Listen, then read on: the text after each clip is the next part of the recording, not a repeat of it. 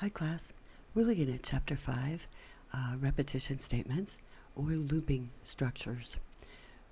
We are doing both Chapter 3 and 5 because they're very related. They both are dependent upon our condition. So the condition of our if statement is the same conditional structure that we use to control our looping structures because our loops are controlled by a condition. So again, we're either going to get a true value or a false value to tell us whether or not to execute our loop. So here's our loop flowchart, a visual representation. We start out with some data and make a decision. In our decision looping structure, we have set things up to where if our decision equates to false, we're going to execute our loop body, some sort of process. We'll execute that loop body and return back to our decision, reevaluate the decision, and while our decision continues to be untrue or false, we'll continue to execute our loop body. So over and over and over. Finally, when the decision evaluates to true, we'll exit the loop and continue on at the end of our loop body. Now in this structure, we've got some data and a decision, and in this decision structure, we're saying if it evaluates to true, we want to execute our somewhat messy loop body, and we're going to keep executing that loop body and evaluating that condition over and over and over, and finally, when our condition evaluates to false, we'll exit our loop, and in this situation, we'll be done with our program. So in our looping structure, we are always dependent again upon a test condition, and the test condition results in either true or false and uses our same relational operators that we use with our if statements. Our condition continues to require two sides. Those are our operands. So we have to have a operator in between our operands. Our operands can be variables. They can be literal values or literal numbers, whatever we want to use. We have to be a little careful with strings, but we can do it. Now there's some terms we should be familiar with when we're talking about looping. An iteration is one execution of the loop body. So if someone were to tell you they would like 10 iterations, they'd like that loop to execute 10 times. The loop body is that code that will execute if the loop condition evaluates to true. An infinite loop, that's a loop that never ends. It's very bad. It just sucks up resources and never does any real work. Now, we have some different types of loops that we can implement in our code. We have the pretest loop, and in this case, we're going to check a condition and then evaluate, or if our condition evaluates to true, execute our loop body, and then we'll check our condition again, evaluate our loop body. So in this situation, we evaluate our condition before we ever execute our loop body. So there is a chance we might not execute that loop body. Here is a pretest loop in Java.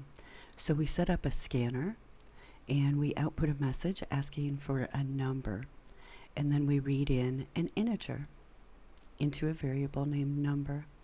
In our while loop, we're saying while the number is not equal to 5, we want to execute this loop body, and our loop body is enclosed within open and closing curly braces. So everything within those curly braces is considered the loop body. That's the code that's going to execute if our condition is true. So if our number is not equal to 5, so say our user entered 4, we're going to print out this message, please enter a number, and read in their next number input. We'll continue this process until the user finally enters 5, right? And it's kind of a mean game because we're not really giving them any hints or anything. But when they finally enter 5, we'll say, thank you, your number is 5. Now a post-test loop is different. It's set up structurally where we will execute the body of the loop, then check our condition. And then if our condition is true, we'll execute the loop body again. So in a post-test loop, we always execute the loop body at least one time. And in Java, we can implement that using a do while. So this code is going off of our previous example where we've prompted our user for a number. And in this situation, we just go into our loop and say, please enter a number, read the number. And then in our condition, we say, while the number is not equal 5, we're going to continue looping through this structure until they finally enter a 5. So when they are done, we'll execute this line of code. Thank you, your number is 5. Now when we use a do-while loop in Java, again the keyword do starts out our loop with an opening curly brace. We have a closing curly brace at the end of our loop body, and then the keyword while followed by our condition. We can have nested loops. In this example, we're trying to park at OTC. I don't know if you've ever done that. We're online, so maybe you've not had to, but it can be quite awful. So we could have a nested loop while we're trying to park, while we're checking a certain parking lot. If a parking spot was found, we would set our Boolean variables to false. Otherwise, keep driving to the next row. And in our while loop is going to be controlled by these Boolean variables. Once we set them to false, we'll exit out of the inner loop and we'll exit out of the outer loop because we'll be all set. So our nested loops can be controlled that way, or we could have more additional code in between our end structures that were part of this outer while loop that did some other things. So this is a great thing for you to experiment with. Get NetBeans open and try some different code and see the way some different things will work. Now in all the looping structures that we've looked at, we have controlled our loop with a variable, and in our examples we used a variable that our user had input a number, and we can do any sort of variable to control our loop, but we would call that a loop control variable. Now whenever we're using a loop control variable, we have to initialize it, and in our case we initialized it by asking the user to enter a number. Then we test that variable to see if it meets our condition or not. And then within our loop, we have to update that loop control variable so that there is a possibility that it can meet the loop condition at some point. So initialize, test, and update that loop control variable. So we can use the for loop to do all of those things for us all at once. And the for loop structure can be a little messy at first. Some people love it, some people hate it. In this for loop structure, we've used the keyword for, and then within parentheses, we've set up an integer variable named I with an initial value of 0, and then we put a semicolon to indicate that our initialization step of our for loop is complete. Now in this example, we're going to be creating a new variable named I because we used the data type keyword int. We could leave the keyword int off, and then we would use a pre-existing variable named I. So if we already had declared a variable, we can use that to control our for loop also. Now, our first set of semicolons again indicate that the initialization phase of the for loop is complete. The second thing in our for loop is our condition. So this is the condition of our loop. So this loop is going to continue executing while I is less than 10. And then again we have a semicolon to indicate that that's the end of that section of our for loop, the condition. And lastly, we have an increment plus plus to I. So this last phase will happen each time the loop body is executed after it's executed.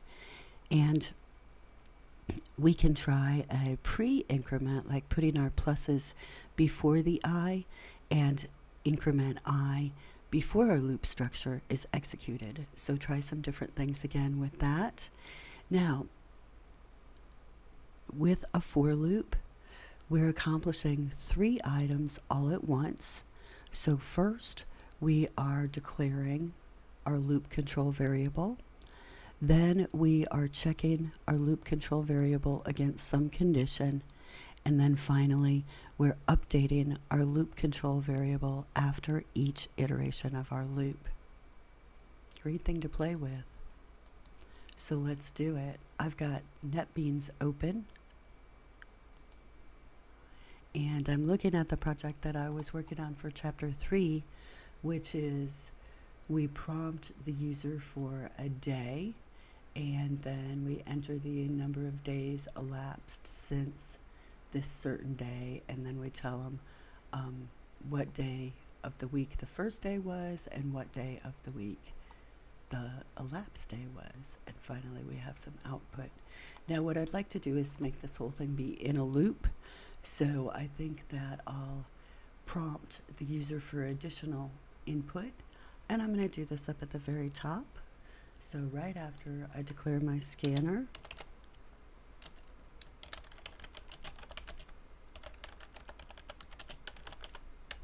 I'll prompt for user loop control.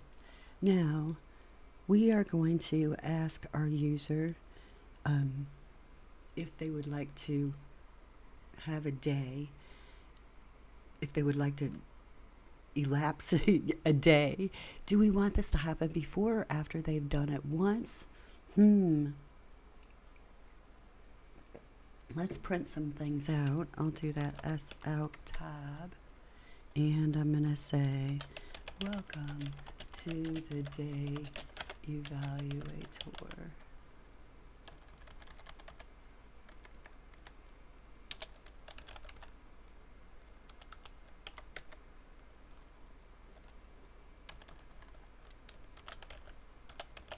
Your input date will be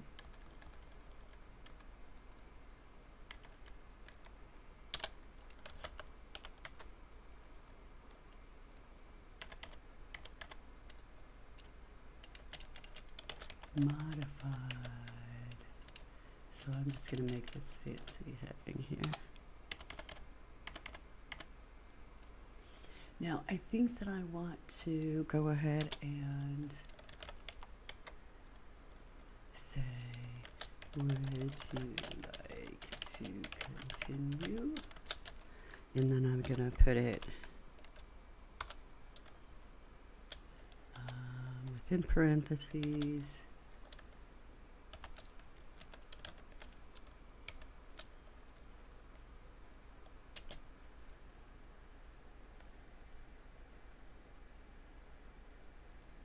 All right, so now I want to read that in.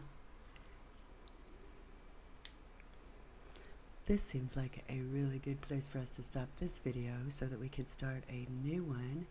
So let's go ahead and stop here, and I'll be right back with another one so that we can have a little bit of a break between them. So thank you.